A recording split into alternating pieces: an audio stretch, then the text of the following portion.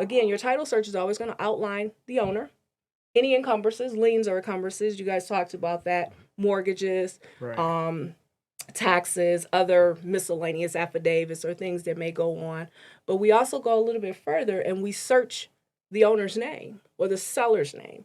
Because what you got to understand is to give a comprehensive search, if you own real estate, Jonnita, and you have some personal obligations going on in your life, maybe you're going through a divorce, maybe you're in the middle of a bankruptcy. You filing bankruptcy, but you're selling real estate. How you broke? You see what I'm saying? Right. That matters. Right.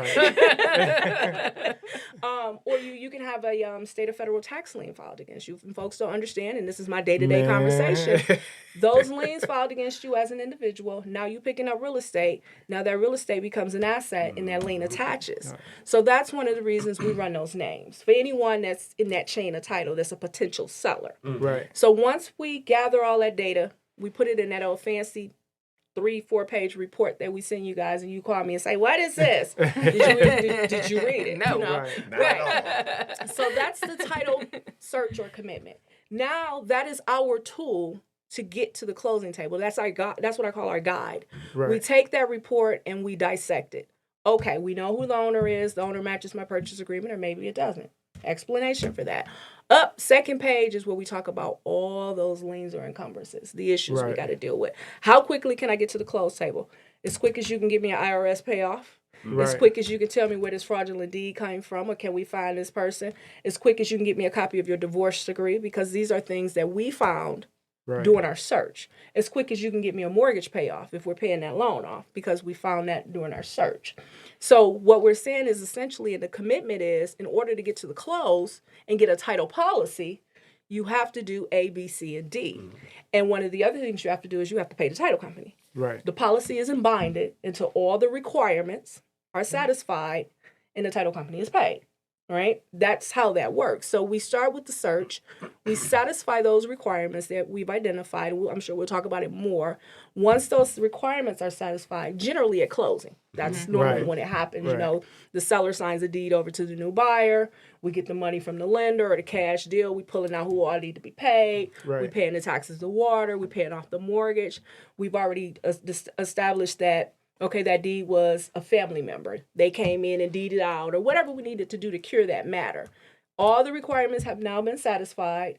We have the money. The closing has been finalized.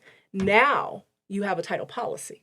Right. Because all the requirements have been satisfied. So back up 1 second. So all of these requirements, not all the requirements have to be settled before you close. Some can be settled at closing. So, for example, someone owes back taxes. They don't have to go pay the taxes. They can come out of the proceeds of the sale. Correct. Just like your mortgage balance and things like that. And we generally like for it to, don't get it twisted. We do have some folks like, I'm going out to pay. No, don't go pay the taxes. We'll take care of the taxes, as you indicated. From whatever you getting $20,000 and you owe $5,000, we're gonna pull it off of the $20,000. Right. You know, we're gonna pull this mortgage off a bigger number. We're gonna pull it maybe a $5,000 mortgage. We're gonna pull all of that off of the $20,000. So when you walk out of here, Mr. Seller, you sold it for $20,000. We pulled off all your costs. Here's your check for $2,000. Here's your check for $3,000, or whatever it is. But it's our role as the title company to make sure that those items have been satisfied. Right. So that's the preference for us to say we're going to pay those taxes. Right. That's the preference for us to say we're going to pay that water.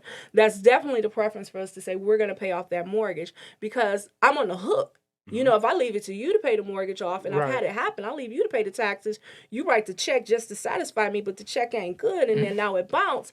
I'm on the hook because I told the new buyer that they're insured, that they have clear title. What clear title is called is marketable title. I've given them a policy. I've told them that they have marketable title, which trumps the warranty deed.